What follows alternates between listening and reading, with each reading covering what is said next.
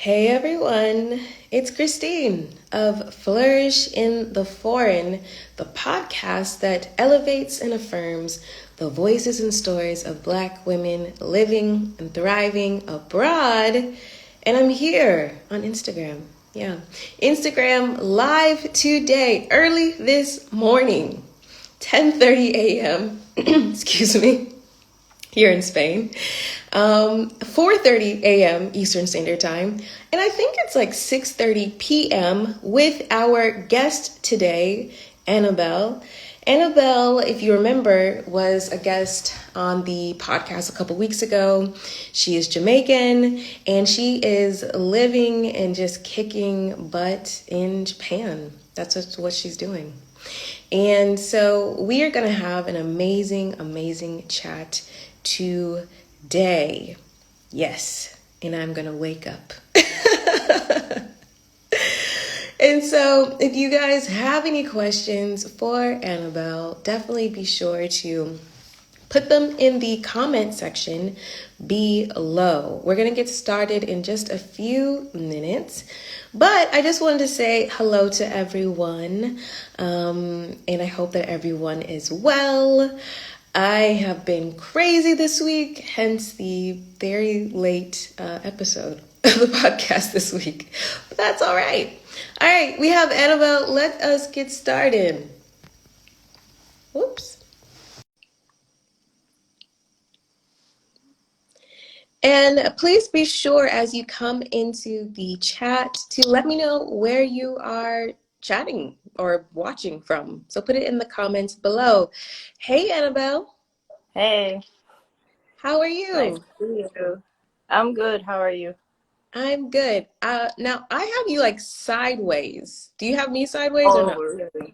Yeah, because it's my phone's charging. Sorry. Uh, okay. Am I up right now? Yeah. Sorry. So, how are you? How have you been? Busy, and finding time to have fun here and there. Yeah. Yeah, see, I completely believe that you're busy because I mean, after speaking with you and recording your episode, I got a ton of feedback about your episode, which was, very popular. People just not believing or just being totally shocked about the intensity of Japanese study culture and work culture. And yeah, a lot of people were just like, I don't know. I don't know if I could do it. Me included. Me included. I was like, I don't know. I told people, I went to law school and I always am like, oh, law school is so tough. But I was like, I don't know. Your master's program sounded intense in a way that I would have crumbled. That's what it sounds like. I mean, like, for me, it didn't feel that bad. Only sometimes, when you get really tired after like a long stretch of doing a lot of stuff, but I actually kind of felt that it was a bit too easy, like because like my friends who were in architecture school in other parts of the world, they just seemed like they had more going on, and like at my school, it was just kind of like easy going. I mean, we did cool stuff, but the pressure wasn't. It didn't seem that bad to me. I don't know. I don't know. It's not that bad. So another thing that came up is that, a lot of people are thinking about going abroad to get higher education as a way to enter a job market. Now, I knew you wanted to always get your master's in architecture because I think you said on the podcast, it kind of changed the game on just how you're seen professionally, but also the amount of money you're able to make having that master's in architecture. Did you think about when you decided, you did the JET program to save up some money so you could go to grad school. But then did you think even before you did the JET program, did you really think that you wanted to work in the Japanese job market, or was it just did it just kind of unfold that way? it kind of unfolded that way. Like I wasn't, or I don't know, sometimes I get my memories mixed up, but I do think that I didn't have a very clear plan in mind, but I knew that I wanted to learn Japanese architecture from Japanese architects, but I didn't really have a clear plan in mind of how that was gonna happen, you know. So like whether it's a job or just, you know, knocking on a door when I walk past somewhere that says, you know, architectural design firm, just like, you know, knocking on the door. Um, I didn't know how it was gonna pan out, but uh, let's say there was like a sort of guideline idea of what I wanted to do, but not a fleshed out plan of how I was gonna do it, you know? Hmm. Yeah. So tell me, what other programs or I guess countries were you thinking about going to grad school in? Uh at the time I had again like no real clear idea. I just kind of knew where I didn't want to go. Like I didn't want to go somewhere English speaking and like, you know, traditionally prestigious or Western, you know. I just wanted to not go that traditional route. At one point I was like looking at if there was architecture schools in Ghana or something, you know, because it would be cool to live in Africa for a bit. But yeah, it was all very like flexible and fluid for me. I don't know. So But, why did you want to go to grad school in like the West or something like that, or something that was traditionally prestigious, like you said? mm, um, when I was a teenager, I was kind of very in this sort of like militant mindset about like, you know, tearing down Western societal norms and, you know, like building things for ourselves and not like always constantly glorifying, you know, like European classical architecture as if it's the only architecture that ever existed in history or something, you know, like just wanting to find the whole truth about the world and not necessarily in spite of the Western tradition, even though it was kind of in spite of it, but just to know the whole truth of the whole world. Like there's a lot more in the world than like what we're taught in traditional education. And I just wasn't buying that this was the end all be all to everything. And I just wanted to find it for myself because it clearly no one was going to tell us like that's not what they seem to want to teach us in school. So yeah. True, true. I'm going to pause for 1 second. Thank you guys for joining this IG Live. Appreciate y'all. We're here with Annabel, who was a guest on Flourish and Foreign a couple of weeks ago. We're chatting about her experience going abroad, working and studying in Japan. If you guys have questions for Annabel, be sure to put them in the comments section below or in the Q&A section. I don't know. I don't have my glasses on, but there's like a bubble probably down there.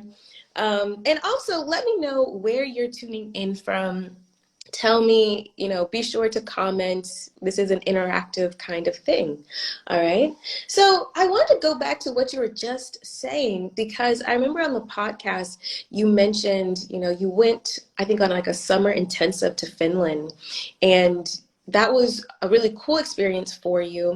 But it was also one of those moments where I think you really were deciding not to go to a Western grad school. You were like, this is unfair that all of these, incredibly bright students are having to learn this incredibly complex material in English. Like English is this, end all be all.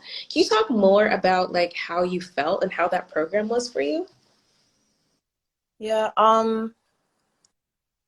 It was just like, okay, I tried to research a bit about Finland before I got there, but as much as one can with while knowing nothing about the country, and then just kind of the I don't know if I should call it arrogance, but just like me just, you know, showing up.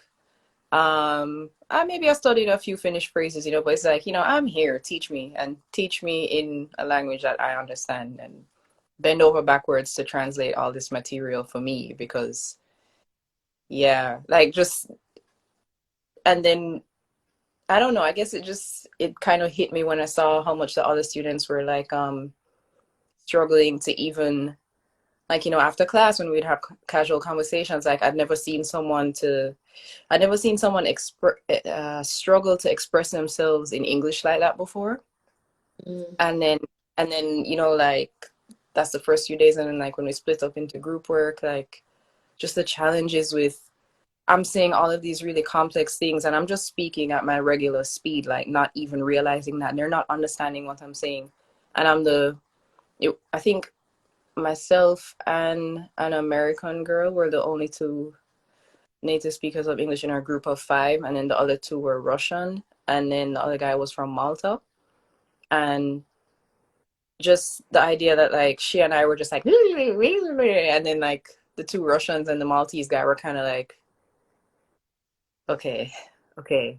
And then it took days before, because I guess you don't know that now in hindsight, because I work in Japanese, sometimes you don't even know the parts that you missed. So sometimes you even think you understood what someone said in that language that's not yours.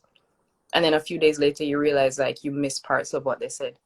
And that's what was happening in the group work with us. It's like we had fleshed out a plan, and then the Russian guy went and did something completely different. And we're like, but we said this. And then you kind of get to realize like, oh no, he just didn't understand what we were saying. And it was kind of too late at that point. Like our group was like way behind every other group. And then at the final presentation, I was embarrassed of our final presentation. Like we only had like these four small sheets, and other people like had whole walls of drawings. And I was just like, oh my God, all of this because of like the language barrier and just complete miscommunication. It was, and then when the professor at the end has to like put his hand on the desk and be like, it's okay as long as you learn something. Like that just felt so depressing. It I guess that really hit me. Um, Not that I could go and learn every language in the world, but that I should at least stretch myself to think outside of English. And again, with the whole sort of Western cultural dominance issue that I have too, it's like if certain events in history had gone differently, I wouldn't be speaking English. Like this is not supposed to be my native language. So it's kind of weird that it is. Yeah. I'm not saying that Japanese should be. I know. But just just saying that not that I had a clear plan, like I said before, fleshed out in mind, but I just knew that I kind of wanted to break away from that kind of path that everyone else seemed to be taking, where it's like if you want to go to architecture school, you strive for Harvard GSD, or you strive for Yale architecture, or you strive for this or that, MIT, whatever. And it's like there's a world, there's a whole planet outside of these Ivy League schools that, like, again, is just so rooted in Western tradition, and like they're just the gatekeepers of what's considered good in this world. And it's like, how are you in this one location going to decide for the whole world what's right or what's not right? So. Anyway. Yeah, I agree. I think that, I mean, that is the beauty, but also the humility that going abroad, especially in a country where you don't speak the language or it's not your native tongue, really brings. It's part of that opening of your mind, your perspective, because speaking in a different language that's not your mother tongue literally makes you have a different perspective about things just because of like syntax and how people express themselves. And it helps to, really jerk you out of your either conscious or unconscious kind of assumption that your way is the way. And when you're outside of it, you're kind of like, oh no, there are so many different ways to do life and to learn and different perspectives. And it's amazing what language and having to try to express yourself can kind of just open up for you. And like you said, it makes you really think about, had world events gone differently, we would be speaking different languages. It's just like amazing how, sometimes it seems like there's a global consensus in certain areas of expertise in which we need to Hmm. conform. And it's usually the Western way, the white way. And it's very disturbing because it discredits all of these other ancient cultures, ancient methodologies of living and having life as if they're primitive or as if they're somewhat, unrefined. And it's just like, we got to get out of that. We got to get out of Yeah. it. I I I- completely agree with you on that. I want to chat with you about something that you said that struck a nerve with a lot of people. A lot of people resonated with the story that you shared about your project that you did in Nepal.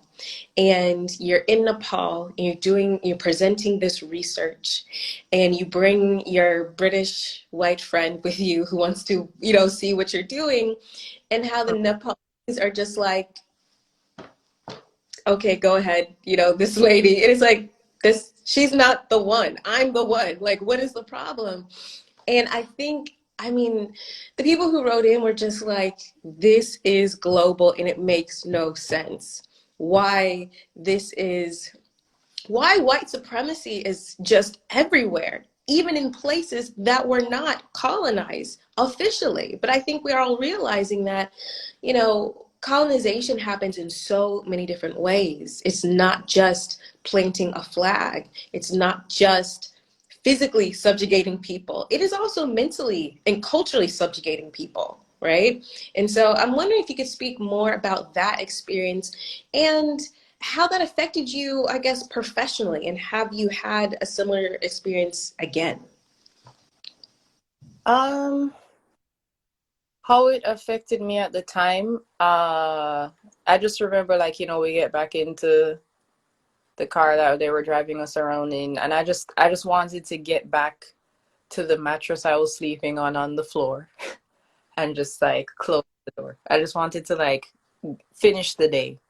I don't think I even thought about it too deeply. I just wanted to like get away from people and just lock myself away. That was my first sort of visceral reaction. And like all the pleasantries in the car after that, thank you for taking us on the camps today. Da, da, da.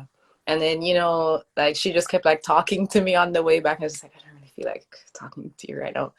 Um, anyway, so then I guess I just kind of buried it in the back of my mind.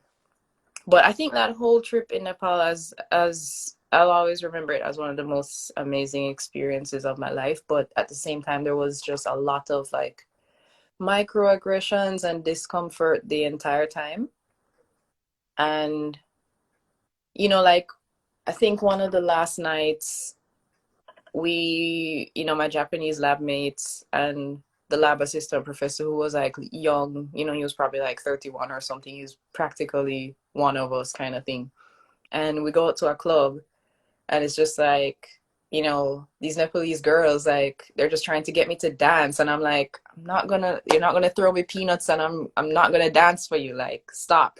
I don't want to dance. Like, not all black people want to dance all the time. And they were just being so like persistent with it. I'm like, I said I don't want to dance. And then when I start getting more assertive, then it's like, oh, there it is. She's aggressive. Like, yeah, you just can't win. And um, but professionally in Japan, this was before that situation in Nepal actually, but like when I first joined the lab in Japan for the first semester, there was a girl from Italy, and we actually became really good friends too. But I kind of noticed when I joined the lab for like months, no one would talk to me. And I didn't realize like with her, they had all added her on Facebook immediately. Like apparently they were all like so excited to hang out with her and excited that she was there. But like no one, when they finally started added me on Facebook, like months later, it was like, oh, they were already friends and commenting on each other's posts like months ago. It's like, okay, cool. Not that I need them to. It's their choice. They don't have to be my friend. But it's like, okay, I see. Yeah. And it's just funny because I spoke Japanese and she didn't. And I had been in Japan a while longer and I was more culturally adjusted. So she would actually do a lot of like rude things. And I'm like, I don't even do anything rude. And I've seen her do like several offensive things. And it's like, okay, but they still want to talk to her and work with her. Cool. Um, and then like professionally now, because I'm the only foreigner in my group, I have no one to like be contrasted with. So I don't know how they would have reacted if I came in with a white person at the same time. Mm. Um, and then now they know me so well that I don't think there would ever be a chance for something like that to happen again. Um, but I don't know. And then there was one instance that maybe I was reading into it too much, but like a partner company of our client had come from America to our firm to like see a presentation of something, a big project that we're doing for their parent company, which is a Japanese company. So it's basically like a bunch of like suited up middle-aged white guys who come to see this presentation. And at the last minute, my project leader is like, out of nowhere, some Americans are coming here and I don't speak a lick of English. So like, you need to come in this room and translate everything I say. I'm like, okay. So I do that. And then, there's just this sense of awe from these white men, like, oh my God, look at this black girl. Like, she can speak Japanese fluent. Oh my God. And like, maybe I'm into it too much, but like, I feel just a little uncomfortable. Not like a lot, just like a little. And then, of course, like after the meeting, the first chance they get, they're like, so did you grow up here? Like, and I can understand how this could sound like I'm reading into it too much because obviously this is not normal. Even if I were white, even if I were Indian, it's like I should not be speaking this language. So it makes sense for someone to be surprised, right? Like, but I don't know. And then they're like, where are you from? I'm like, Jamaica. And they're like, oh my God, awesome. And I'm like, why is it awesome? I mean, I didn't say that, but I'm like, why? Like, what's so awesome about it? Please tell me. Like, I don't know. I don't know why I reacted like that. But anyway, it wasn't anything negative. Uh, I love your American accent, by the way. huh? Oh, sorry. I love it. No, I love it. And I don't think you're reading too much into it because I think as a black person, a black woman, there is in a professional sense in which we're the minority, I think we're always kind of on guard and are very aware of how we come off. And as soon as someone's giving you that kind of attention, they're kind of making you a spectacle. And you're like, I'm just being a professional person and I'm not a spectacle. I'm just being a professional. That's it. And they think it's complimentary and it's not. And it's a nuanced kind of thing because you're like, oh, okay, yeah, because Americans, we don't speak usually more than one language. That's it. And so they're like, oh, but this is so cool. You're black. And it's but it's a spectacle. And it's just like, there's a way and there's an energy to communicate that is respectful and there's more, I don't know, um, professional respect. And you're like, oh, okay, I'll take that. But there is I don't know if it's even a fine line. It's just like people are so blundering around most of the time because they're not used to seeing black faces in what they think are not traditional black spaces that they just mess it up and make a fool of Yeah, themselves. And then you have to smile politely, like, oh, okay, bye. yeah. And then you put it so perfectly. It's the spectacle of it that made me uncomfortable because it's like, now now my team members and my team leader are just like looking at me and looking at him, you know. Maybe they don't understand everything that's being said in English, but it's still like, now you're drawing attention to me in a way that, like, it was still the first 6 months that I had joined the firm, and they didn't know me that well, and I'm still trying to make a certain impression. So like me kind of reacting uncomfortably to him, and they don't know what he's saying, and they don't understand all the cultural baggage of this. They're probably just thinking, wow, she's rude or standoffish, and because sometimes it comes out on my face. Like sometimes I can't help, like, what I'm thinking comes out on my face. So when he's like awesome, I'm like, Is it awesome? it's awesome, you know. And I just kind of, I felt my face doing it. I was like, thank you. And then the thank you was like very blunt and cold. And then I distinctly remember one of my teammates, her just looking at me like, because she don't understand a lick of English, and I just kind of felt like she was thinking like, whoa, that was probably unnecessarily blunt. Like the man was probably just being so nice to her. And again, I'm reading in all of this. I cannot read these people's minds. I don't know what they're thinking. But anyway. Yeah. All right, we're gonna pause here, and some more people have joined us. So if you are here, well, if you're here, this is why I don't do these usually this early. Okay.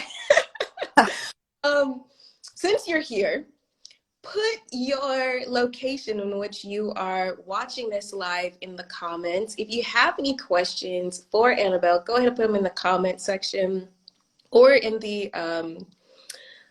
question mark bubble thing. Y'all know what I'm talking about.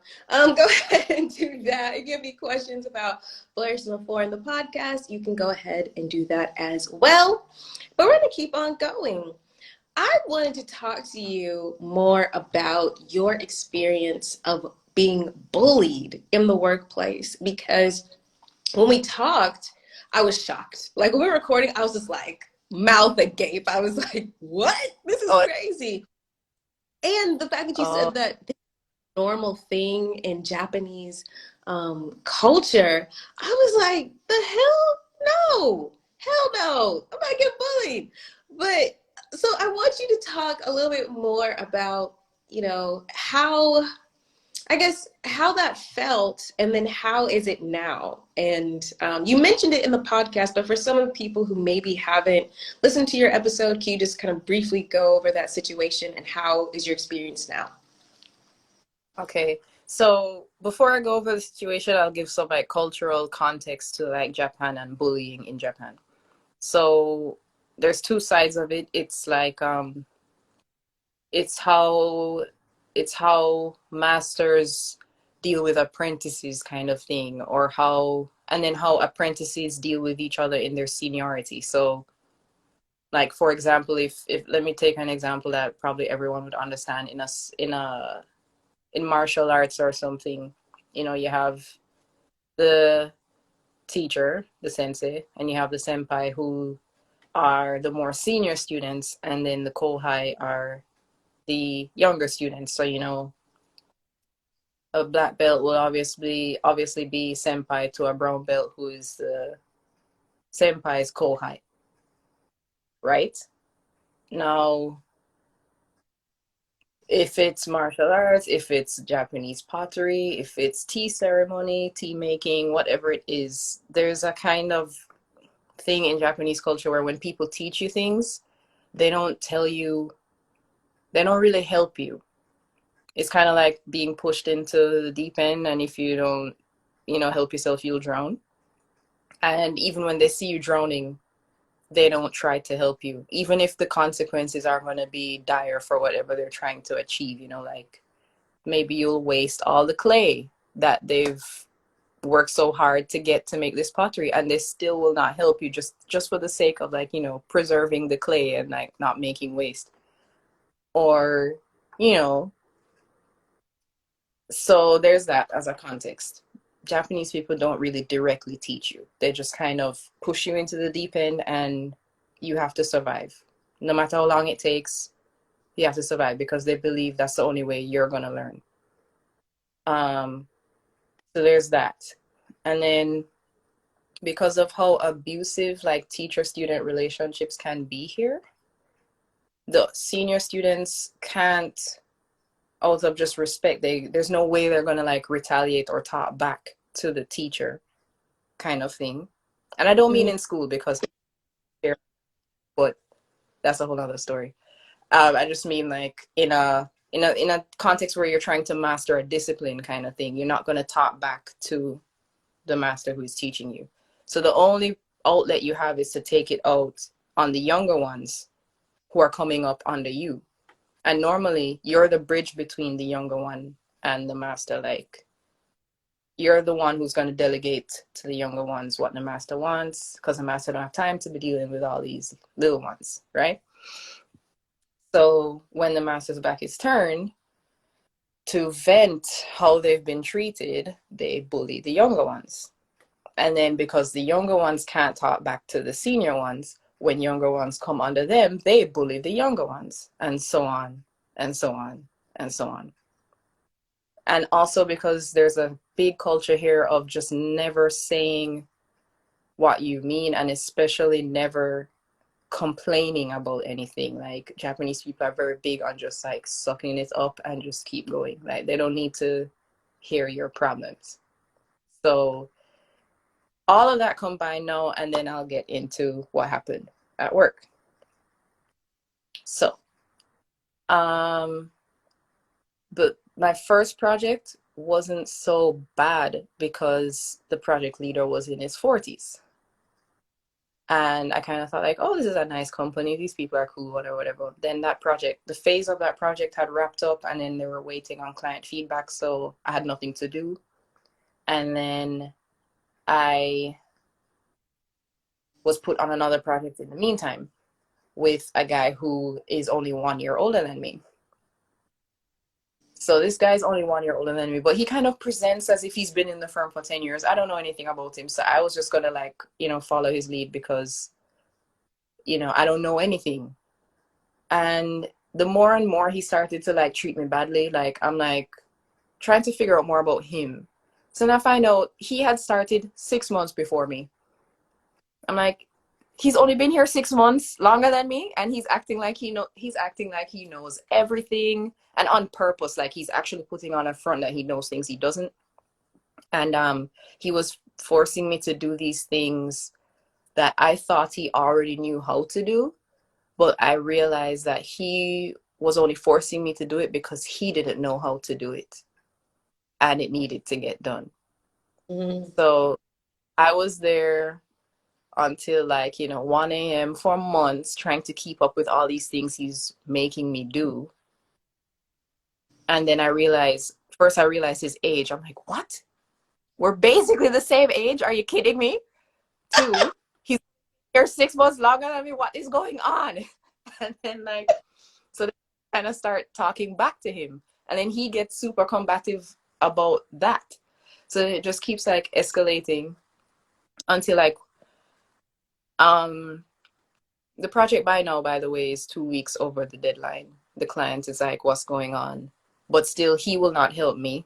And I didn't know at the time that I actually have the right to say something directly to the principal architect or even the manager of our floor.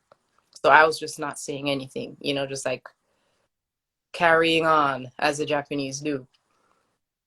So even though the senior architects are seeing that this project is late, they don't really know what's going on the grunt level between me and him. So I just found it really weird that like they would allow us to like be that late for a project and no one would step in and try and see like how they could help us or something. And anyway, it gets to the point where we're working every Saturday now just to like keep up, and then I'm just so exhausted that like my productivity is so low that it just keeps getting worse and worse every day. Like I'm working 18-hour days and not really seeing much difference between the day before and what I did after 18 hours. Like that's how exhausted I am. I'm just like zombied out at the computer. So do you hear that? What's that? Massive earthquake. Are you joking? It's Japan. I'm not joking. Are you okay? Should I'm we pause? Okay, hold. This is not stopping. Like, God. Okay, I'll just pretend. So, Did you like have take cover or something? I'm just so used to it. I've stopped doing that, and that's gonna be the death of me. But anyway, um, Okay. so yeah, it comes to a point where like me and him are there on a Saturday, no one else is around, and that's when he chooses to just unleash his worst. He always unleashes his worst when no one's around. Mm. So first he's trying to be nice, which I don't buy. He's like, Annabelle, are you sure you don't want to take a break? Like you've been really going, and it doesn't make sense if you keep going like this if we're not producing anything. So like take a break. And I'm like, no, I don't want to take a break. I just want to get it over with. And then because I, actually said how I felt, and it wasn't even super rude about it, then he starts like escalating, like, you know, no one here feels sorry for themselves. You know that, right? And I'm like, oh, oh, oh, what? Did I say I was sorry? Oh, did I was feeling sorry for myself? Where is this going? And then he just started like going in, and I'm like real personal jabs. I don't even remember most of it because I was so tired that day, and just the shock of like, is he really Mm-mm. saying? So I was just kind of like blocking him out, and he wouldn't stop. Like, if someone's ignoring you, you might stop. I'm like, is he insane? Like, he just wouldn't stop. He just kept like talking, and I'm just like working, and he kept like throwing insults at me. So, um, in the end, I just kind of turned around. Like, he asked me something that really personally offended me. Like the other stuff I was able to weed out, but when he said this, I don't know why it just really got to me. He's like, do you enjoy your work? And I was like, excuse me? And he's like, could you do your work as if you enjoy it? I was like, Is workplace violence like normal in Japan or no? People just like talk a lot of crap that nobody gets hit. Because I feel like I would be like, I know I'd get a little bit violent. I'm just gonna be completely honest. Like I'm gonna be like, all right. no, that's the thing. It's just like people just suck things up, and keep going. So the one thing I did open my mouth to say to him was, I don't see, and I said it in the calmest voice possible. I was like, I don't see how the way in which I do my work affects you. As long as I am producing the work, the way in which I'm doing it should not affect you. And he's like, but you sigh a lot while you work. I'm like, oh, somebody get this child away from me. Anyway, I don't remember how it ended, but I just kind of like shut it down. And then what bothers me the most is, like I'd come back the next morning and he's trying to talk, and make jokes with me as if nothing happened. And I'm like, don't gaslight me. Mm-mm. And, especially when everyone's around and he's trying to act like me and him are all friendly, I'm like, no. And then people were starting to like pick up on the energy and stuff. But anyway, I was just like desperate for the project to finish, and then I just started avoiding him as much as possible, and then I got put on a different project, and then it was fine, dwindled away. But then a few months later, the principal architect comes to me just on a random day, and he's like, are you free now? And I'm like, not really. And he's like, come here. I'm like, okay, fine. And then he's like, I heard somebody was bullying you. I'm like, how do you know that? And he's like, don't worry how I know it. I just heard. And I was like, okay. And then he's like, do you want to tell me who it was? I'm like, okay, I'll tell you, but it's been so many months now, I don't really want to do anything about it anymore.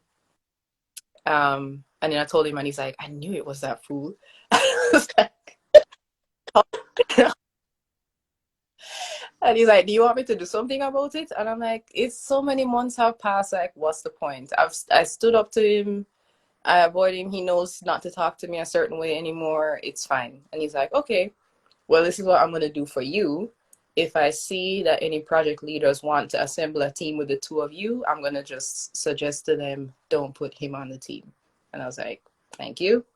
Really appreciate that. And then, yeah, that was the end of it. So, Oh man. Annabelle, you're a better person than me because I would have I would have just done like I don't know. I just would not have not gone the violent, non-violent route. And maybe I need to grow as a person. I need to grow as a person. But we have actually a bunch of questions and comments. Let's get to them. So let me see if I can do this. I know I should put on my glasses, but I didn't. Um, okay. Melchezo says, what did she learn about herself? So what did you learn about yourself? I guess, I don't know what this is in context to, but like, I guess in general, what has living abroad in Japan what has it taught you? Well, in situations like that, it's taught me that it's not right, but the ability for Japanese people to be humble enough to not be violent in a situation like that, or Mm-hmm. understand the big. So my pride is wounded, but what does it achieve? Me escalating the situation. He's already up here. I'm Mm-hmm. maintaining. If both of us are up there, no work gets done. It probably causes a month of just, problems that are going to have to be resolved. And I feel that if I can't speak for all Black people, but Jamaicans are so proud, and if you wound their pride, you could lose your life. Like that, it just goes there immediately. And I'm like, maybe why certain, aside from all of the economic and political subjugation that many of us are aware of, the part of it that we can be accountable for is that I think we need to be a bit more humble. Mm-hmm. Sometimes just because in a moment doesn't mean it needs to escalate into violence. And that's probably why we can't get anywhere. I think there needs to be more tunnel vision on why are we here versus my interpersonal relationships with people. But why was this team assembled and what are we trying to do? And my focus is so much on that yes, I was fuming, but I'm still like, I blow up on him. I'm the stereotypical angry Black woman. They'll never hire a Black woman again, excuse me. And I wouldn't have achieved what I came here to achieve. And I'd probably, I don't know, lose my job, lose the visa, and then boom, boom, boom, boom, boom.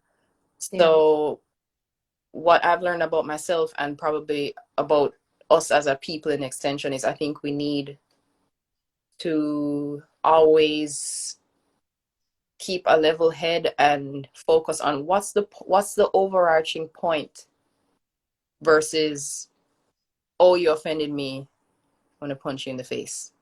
You know? Mm. Yeah. Because I still have growing to do. Because I still have growing to do. I do. The next question we have, again from Melchezo, is: do you want to, I guess, live in Japan forever or go back to Jamaica? I'll never live in Japan forever. And like, if you see that happening to me, please remind me that I said this because no, like I'm here spouting like, oh, be humble and patient and whatever, but there's a time limit for that because they try my patience a lot.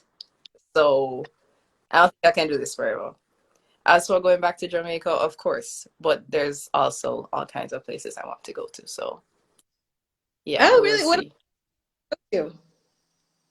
Sorry? What other places do you want to go to?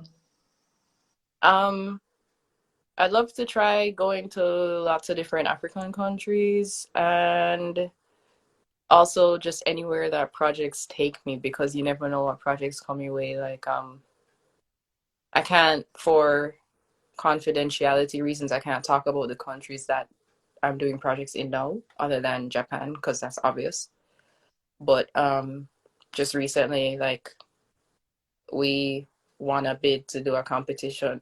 We won a competition to do pretty major projects in a certain country, and it's like I would have never planned for myself to work or do anything in that country, but now this could be interesting. So you know All right, cool. All right, so let's get to some of these comments.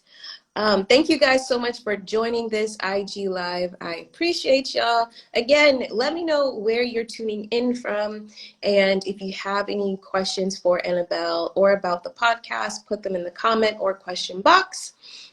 We have Bricks Kids, who's a Jamaican in London. Hey. We have Mashizzle 4624, who is in Seattle, Washington, and says, thanks for sharing your experience. We have Sheldon Makoka. I think I said that right. Sorry, Sheldon. And says, hi, I'm Sheldon from Nairobi, Kenya. I'm relocating to Tokyo, Japan in December for studies. Any tips on the do's and don'ts, especially for a newbie? Um, uh, I think take this with a grain of salt. This is just me. I think a do is just do listen more than you speak at first. In general, try to be more observant because in Japan, it's more about what's not said than what's said. And yes, it will drive you crazy trying to understand, like, why can't they just say what they mean? But they don't like to say what they mean. They like to go around and around and around. So, and then they're very easily offended. So I tend to just speak a lot less around Japanese people because the less I say means the less chance that somebody's feelings is going to get hurt. So that's me. If you don't care about all that and you're more of a want to be your authentic self all the time kind of person, then go for it. But it could lead to them icing you out because they're really sensitive. I'm sorry, that's just the honest truth. And it's not even to spite you that they ice you out, it's to protect themselves. If they realize that like being around you is going to give them anxiety, they're just going to Mm. back away from you, and then it's going to take away opportunities from you that you could have here. So just bear that in mind. All right, that's good advice. I would also say, Sheldon, if you haven't listened to Annabelle's episode on Flourish and Foreign, I highly recommend it because she also talks about how getting a job after studies is different than most places, and how she was supposed to start like the first semester of her master's program to start the Right. job, and it's quite formalized. So whatever you're studying, Sheldon, make sure you understand how to get a job if you want to stay in Japan, what the process is so that you're not on the back foot. We have Melchezo, who says, I am from the Caribbean. What are the similarities between Japan and Jamaica? P.S. She's a beauty. All right, Melchezo. Okay.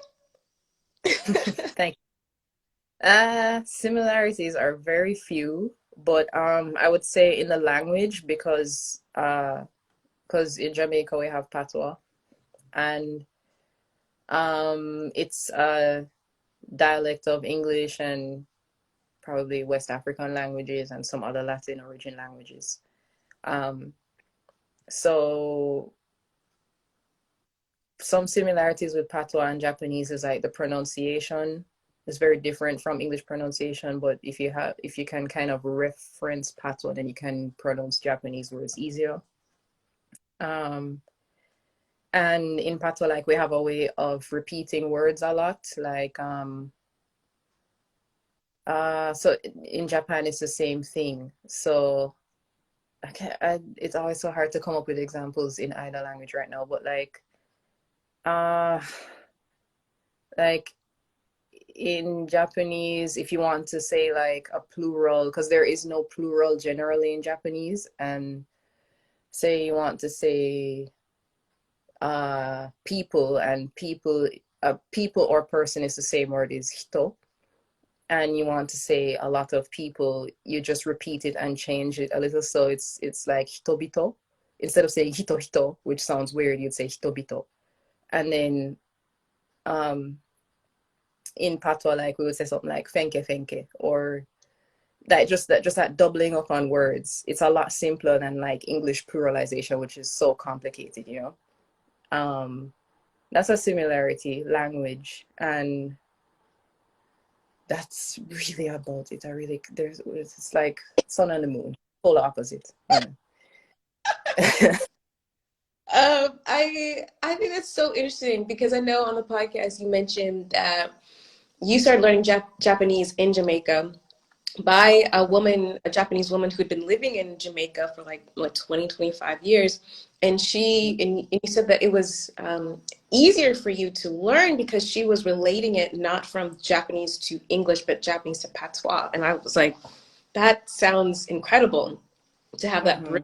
Hmm. So that is cool. Let's go on to the next. Let's see who else we got. We have some reactions. Oh, Oh, I wow. just my friends. Hello, friends. I have Tony, Reva. Yes, Tony Money is a good example. Okay, We there's have a whole lot of comments. Okay, sorry, go ahead, Christine. There's a whole lot. friends. Hey, I love that. Supporting, your friend. That's what we want to see. I think we have some people referring to the earthquake, which I'm still like, I'm more obviously affected than anyone else in Japan, it seems like, because I'm just like, what? Um, but yeah, they didn't put that in the brochure or no, it's Japan. Okay. Depends on the strength of the earthquake. You guys are hard, and I am not, clearly. Okay, so we have Mashizzle4624 who says, what knowledge do you think would have helped your younger self navigate the workplace or even Japan in general? Kind of what I was saying before about the humility stuff, because I was talking back a lot the first few months, like they would say something and I didn't even have to talk back, but I was just like talking back. And after a while I just realized like it doesn't achieve anything. It just like creates more tension and um yeah, like just your pride is not worth it all the time. Yeah. All right. We Mm. have EK Duchess of Success. Hey, and she wants to know the guy that you were having the issue with at work, where was he from? Was he from a particular part of Japan that I don't know? I forgot. I forgot where he's from, but uh, yeah, I forgot. Sorry, and I kind of don't care. I Yeah. mean, I don't care either. I hate that guy. So we have uh, yeah. Joe. I'm gonna butcher this, Joe. Joe Hilduka. I'm sorry, Joe. I'm sorry. But he is calling, I'm assuming it's he, is tuning in from Namibia. Hey, I've been to Namibia. I've been to Windhoek and where else did I go? I went to the coast and it's a beautiful, beautiful country. That's Um, awesome. and Joe also says, thank you for sharing your experiences and keep up. All right. Who is this?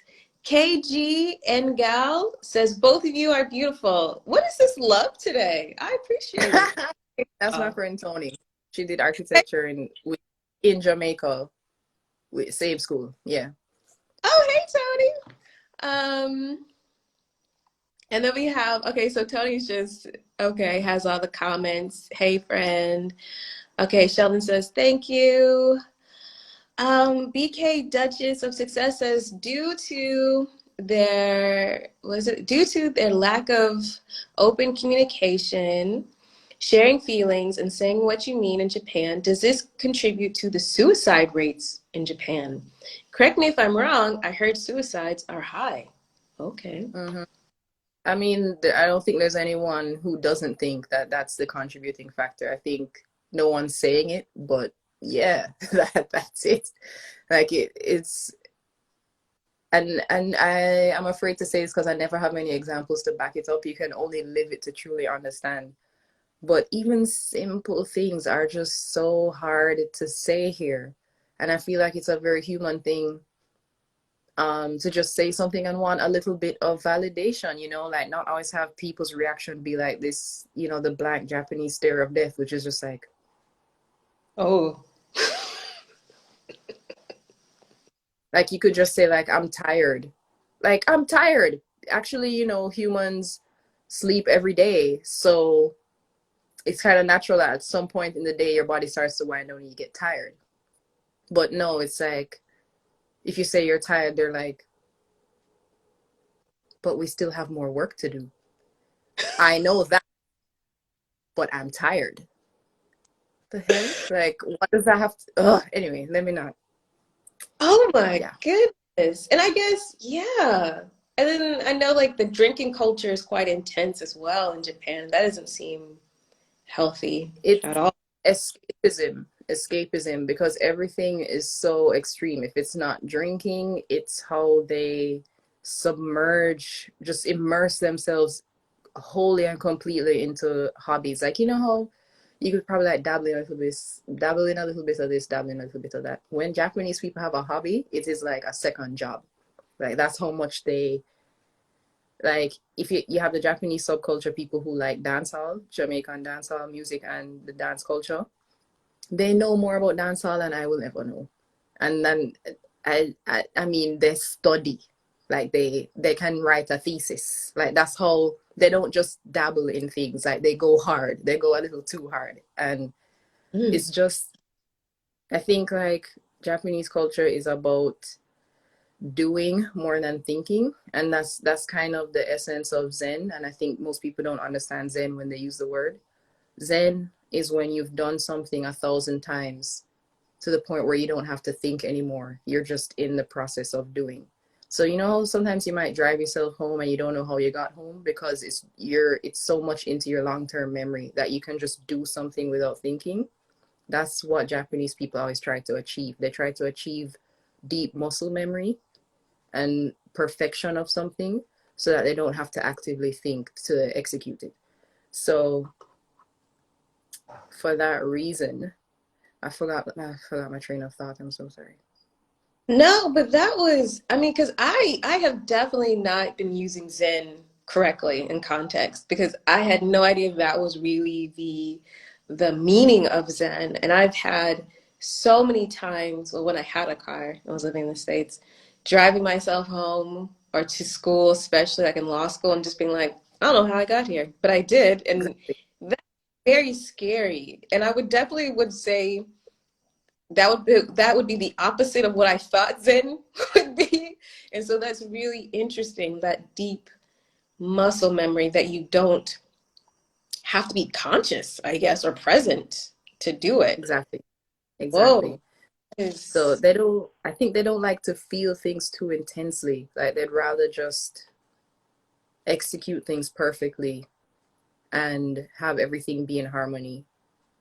And yeah, so when things get too intense, and it's just ironic because of how cold they are with each other.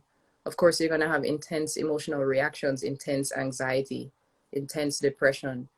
And their solution for that is to then go immerse themselves in something else that will make them not think. So whether it's drinking, whether it's anime and video games, or just locking themselves up in rooms for like days, not communicating with the rest of the world and that kind of thing. Just all to avoid dealing with feelings, hmm. basically. Wow. Wow, wow, wow. Okay, let us continue on. We have some more. Now we're at the hour, but we have several more questions. Can we go a little bit longer? Do you have the time? Yeah, I have the time. Yeah, I'm good. Okay. We have, oh, Kingston Gal. Yes, that makes sense. All right. Sorry. Now, like I'm Trinidadian, so I don't know patois. So you were dropping some of that patois in the comments, and I was like, I'm not even gonna attempt. I'm just gonna skip on by. Um, PK Duchess of Success. Good. He's long gone. Bye bye history. Okay, okay. We have Art RTA. I'm gonna butcher everyone's name. Art RTA. I'll spell it. RTADETILOYE. And I'm squinting at you because I don't have my glasses on. My friend finished his PhD in Japan. He said elementary and high school don't something. Oh, celebrate excellence. So he is thinking of raising his kids outside of Japan. That's interesting. What do you think about that? What he said, they don't celebrate excellence. Yeah, they don't celebrate excellence. So he's thinking of raising his kids Ah, outside. I don't know what that means. Ah, Maybe if you could I explain don't more, pat the kids on the back, celebrate excellence, or I I don't know what think that. I might know what he's getting at, but I only taught high school, so I don't know about the elementary and junior high level. I know junior high is infamous for being like military school. Like Japanese kids are regular, playful, loud, you know, slimy, sticky kids. And then they go to junior high and then they just come out as like these perfect members of Japanese society who just like don't say anything, don't make any facial expressions. It's just like junior high is where they get them, you know. So I know that junior high is infamous for that. But I think maybe because they don't like people standing out. So maybe that's what he's talking about. Like if one student is too good at something, they might kind of like, you know, make them kind of dumb it Conform. down a bit or yeah, conform just so that they're not like taking too much attention on themselves kind of thing. But I don't know. I'm not gonna assume too much what he meant. Okay. Kingston Gal, similar in Switzerland. It's sad. I don't know about these cultures where repressing your feelings. I don't know about that. Let us see. Okay. We have this question from Shahazarina. What advice do you have for someone trying to break into the architecture industry with no experience, especially, oh my goodness, I don't know how to make this a bigger question. Um, Especially during the pandemic. That's how it's finished. Ooh, I don't know. Like everyone that we sit together in my section, like we keep saying all the time, like, can you imagine if we're trying to find a job right now? Like, what would we do? I'm so sorry. I don't know. I really don't know. Okay. If yeah, if it weren't for the pandemic, let's just say you're trying to break into the architecture industry. When you say no experience, do you mean you have an education in architecture and you're trying to get a job, or do you mean you haven't gone to architecture school at all, but you want to just like start in some kind of apprenticeship and like learn on the job all the way? Is that what she means? Okay, so give us a little bit more about what you mean about no experience, and we'll come back to you, Hazarine. I'm sorry, everyone. I'm butchering everyone's name. Just sorry. Um, the next question is. Oh, she has a bachelor's. Okay. Okay, cool. So, Oops. um, and you don't want to do a master's, you just want to break through. I'm sorry, I'm just like asking so many questions back because in Japan, from what I know, it's easier to do because like you have these large corporate firms and they have several avenues for you. So I know a girl who's younger than me who's already a registered architect in the firm because she didn't do a bachelor's or master's. She started at our firm from high school and she learned everything on the job. So she's been I've only been there 2 years. She's been at the firm for like probably 11 years and just got licensed recently. And just from learning everything on the job and then I guess finding out from the Architectural Institute of Japan like what kind of hours of work would she have to log or what kind of exam she would have to take to supplement not having done a degree or something. But I don't know. I only know for Japan that if you go the big firm route or that's possible for you. The firm and the Institute of Architecture would guide you through that process. I don't know about any other country. Okay, so I'm sorry, Hazarina. I'm gonna say just Hazarina. Let me know if that was helpful for you. If you have any other kind of follow-ups, because I think she also said that she's trying to get her first job and she can't afford to get a master's now. So let us Mm. know if that helps. We'll do some follow-up. But we'll go on to the next question. Um, when is when is the wedding ready for cake? LOL. I guess it's one of your friends. I don't know. Where do you Yes, see it your is. in 5 years starting your own firm? See, friends, see, they'll mess with you no matter where you are, what you're doing. No, this is Piggles. He has his own YouTube channel, by the way, guys. Check him out. Piggles, the Gaijin Jamaican YouTuber. I hope I said that right. Yeah, Piggles is just jokes all the time. No wedding plans yet. He's talking about my boyfriend. Oh, who is asleep right now in his side of the world. But yeah, no wedding plans for now, Pickles. And starting my own firm, I can't even take on next week of work, let alone think about that. So ugh. Anyway, next question. next question. Okay. Um, what projects to be completed earlier with weekly hours? With less weekly? What does that mean? Would projects be completed earlier with less weekly hours? No, I don't think so. Um, no. With flexible work hours, yes, but not with less. Because what the pandemic has afforded is that I don't have to be at the office to do my work. I don't have to be at the office by 9 to do my work. So this whole year has been like so flexible with my hours that I can like regulate how much I can sleep and eat well, and my performance has just been way better. So flexible hours, but not less. Yeah. All right. So we have so many questions that kind of came through and I haven't. Okay, let me see. Da, da, da. I'll try and keep the answers shorter from now on. How do you adjust to social life in Japan? What are the things that you do to get a bit of home Jamaica feeling? Um, there's this YouTube channel, Rasmoko.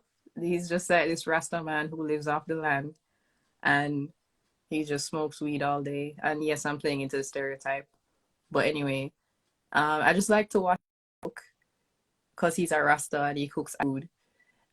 And sometimes when I wake up in the morning, I just watch his videos. He's so chill. And of course, I listen to Jamaican music all the time. Sometimes like older, from older like rock steady stuff all the way to reggae and dancehall. Listen to that all the time. Um, and then there is a Jamaican restaurant here every now and then I go to it. But yeah, that's about it. Yep. All right. All right, we have some comments. Yes, I heard Japan is a workaholic culture. They know more about steel pans and Trinis against the Japanese.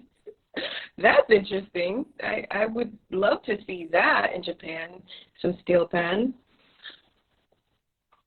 Sorry, you're We're breaking gonna, up. okay, sorry, let me see. Oops.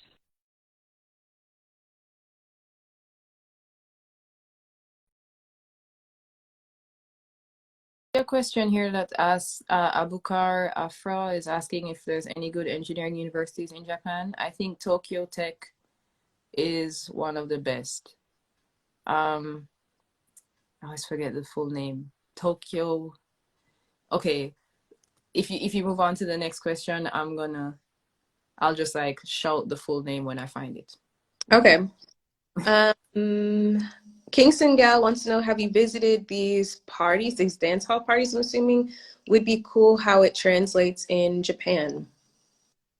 Yeah, I haven't been to any in years, just because I like to be home and in bed these days. I just really can't deal with that life.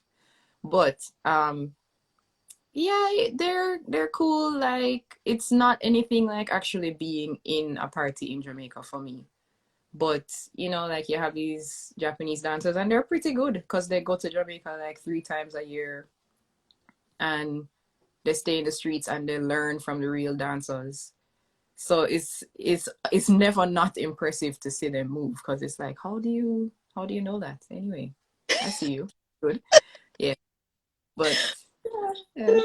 That goes to what BK Judges of Success says, which is they, which I'm assuming is Japanese people, have full steel pan bands that train in Trinidad and play during Carnival. What? I'm What? not surprised. I'm not surprised. It's the same thing I was telling you about the immersion. Like when they have a hobby, they treat it like a profession. Yeah. Oh my goodness. Kingston Gal says, how do you fit in with with that aspect of the culture? Do you appreciate the lack of emotion at times, or do you find yourself missing that? Both because I I've also probably my whole life been accused of being cold. There is a part of that's probably why I've been in Japan so long, because it allows me to not have to dig deep into my feelings all the time, because I don't always like doing that. But at the same time, it's like still a human being, like it shouldn't be a big deal if I say I'm tired. Like, oh God, that day really pissed me off if you can't tell. Anyway, yeah. And a follow-up from I'm sorry, RT, saying to his previous comment about the Japanese not celebrating excellence, he's saying, if you're a smart kid, they don't encourage you to do well. Yes, standing out. That is the point. That's so strange. I guess me being American and American, I don't even know what we call it. That's just so strange for me. Um, Also, I just feel like that has to stunt a child's confidence in their growth. I mean, let people, if they want to be good at something, let them be good at it. I don't know. Yeah, they really like everything to be the same, everyone to be the same. They don't really like, and I think it's that suppression of self and the group being more important that ironically makes them achieve so many great things, because they're able to cooperate with each other and silence their ego for the benefit of everyone. But Mm, at the same time, it's like I've seen them waste so much time and money on dumb ideas that should never have been like realized, because probably someone in the room with a good idea didn't have didn't feel like they had the license to say their good idea. So, for example, since this pandemic in my office, oh, they're stressing me out. So we used to have permanent desks, and they've done this free address thing where they made us pack up everything. Now we've moved floors. We moved to another floor, and then on that floor now, our our hard disks are on a shelf now. So it's not like your CPU and your monitor or whatever at your desk. All of the hard disks are on a shelf, and then there are only monitors on these open tables. And there are no cabinets under the desk anymore for us to store our stuff. And then we all have tablets, and then you're supposed to connect the tablet to a monitor if you want a bigger screen, and then you can access the CPU remotely for if you want stronger processing power. But the remote access system can be so slow sometimes, and literally everyone is stressed. Like I was saying, Japanese people don't like to complain. I've never heard so much complaining more than like the past 2 weeks in my life. Like that's how ridiculous this is. And I'm like, this must be an example of, they had a meeting, someone probably had a good idea, but because of seniority or something else, the bad idea was chosen. And then they mm. spent all this money. They hired a moving company to pack up all our crap and move it to the other floor, and then set up this dumbass arrangement. And now everybody's submitting their projects late because the remote access system is just like so slow. And whereas before you kind of understood how long a task would take, now you just don't know anymore, because you never know when the little circular thing is going to come on the screen, and it's going to be like loading for an hour, 15 minutes, who knows. So anyway, I'm stressed. Next question. Yeah. Well, Nelson Kwame 16 says, thanks for the book titles you used to share on your Insta story. Guns, Germs, and Steel is amazing. I've read that book as well. I'm Oh, currently reading Early Art and Architecture of Africa. Keep oh, sharing books. All oh, right. Mhm. I'm glad to hear that, because I was kind of like wondering if people actually cared. So all right, cool. We have some more comments, and then we have Abukar Afra. Is there any good engineering universities in Japan? Which one would you recommend? Right. Did you say that one? Yeah, Okay. Tokyo Institute of Technology is a really good one. Okay. Um, and there are others, but start with that one. Okay. Bricks Kids asks, "Are you a dancer?" I used to be. Why? Wonder why you asked that. I What's so funny? Brits kids, you answer that.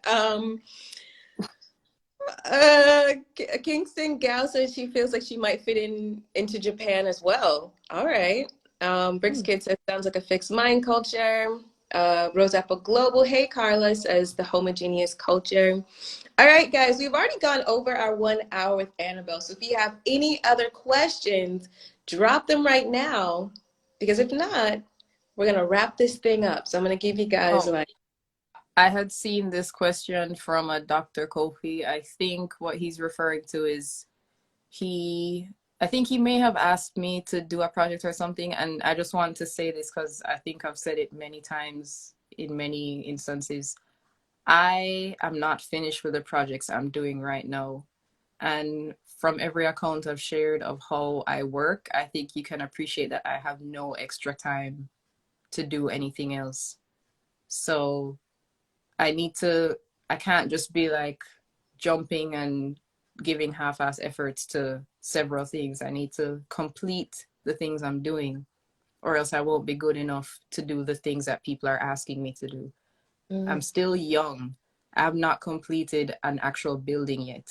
All of my projects are still ongoing. There's a lot for me to learn. Maybe you want an older architect who actually has buildings that are done. I appreciate, words can't express how much I appreciate being offered work, but I am not able to do that work yet. Yeah. all right, all right. As we wrap up, Bricks Kid says they asked if you had answered because of your comment on the Japanese dancer. I guess because you said they know what they're doing. So, Oh, okay. Oh, um, cool. Abukar Afra, is it carousel? Was that? Am I writing that? Carousel to learn Japanese if you want to thrive in your profession, or can I make do with English? I don't know what that Um, means. Is it I necessary? think I think I know what he means. Again, it depends on the level at which you want to do something. I would always advise learning the language because I have friends who work here in architecture in English, but there's a ceiling to what they can do. Because when you're working in a country, if you're really working as an architect and you want to feel like you're doing something different from just, your projects in school, the major difference is going to be the laws, the building code. You need to be able to read the building code, you need to be able to understand the building code, and you need to be able to design according to code and get your design passed at the ward office or the city office. If you can't do that, you'll always be someone's subordinate because they'll be interpreting the laws for you. And then their interpretation of the law becomes their design. If you Mm. don't have that basic understanding on your own to design from scratch, then you're always going to be following someone else's template. That's for architecture. I don't know about other professions, but I'd imagine it would be the same thing. Your clients are going to be Japanese. Do you want to be able to speak to the clients directly? Do you want to be able to present to clients directly without other people always speaking for you? So then in the client's mind, you're just a prop or you're not even there. You know, what level do you want to work at? You can make do with English, yes, but what level are you trying to get at, basically? That's a great advice. Everyone agrees. Avernostar says, translate the code for us, Anna. No, girl, All that's my right. best. I think that is it. Thursday Travel says, oh, I can't believe I missed this. And will this be available later? I would love to rewatch it. Yes, it will be. It will be stored on the Flourish and the Foreign IG page on the grid. So you can watch it, and please do watch it and comment. If you guys have enjoyed this IG chat, let us know. Comment on it, and also use that little like paper airplane uh, icon and share it. Share it with your social media network so people can check it out. If you have not listened to Annabelle's episode on Flourish and Foreign, what are you doing? Check that out today. It was a really, really great episode. I mean, I I've gotten so many comments on that one, so it's been really, really great. Check it out. Check it out. Thank you so much, Annabelle, for just taking the time to one, record with me the first time, but also to chat today. I've really enjoyed this chat. Did you enjoy it? I did. I really did. Thank you so much for everything. Well, thank you. Thank you so much for being just your complete, candid self. I think it is amazing. All right, everyone, that is it for this week. Tune in next Sunday. I will have another podcast guest to chat with. And if you haven't checked out this week's episode of Flourish So Foreign, definitely check it out. It's with Roxana, and she talks about her life living in Hong Kong and Singapore on a career break. And also, she gets really candid about her IVF journey that she goes through in Singapore. I think it was really, really beautifully done. Check it out. Let me know what you guys think. All right. Goodbye. Bye.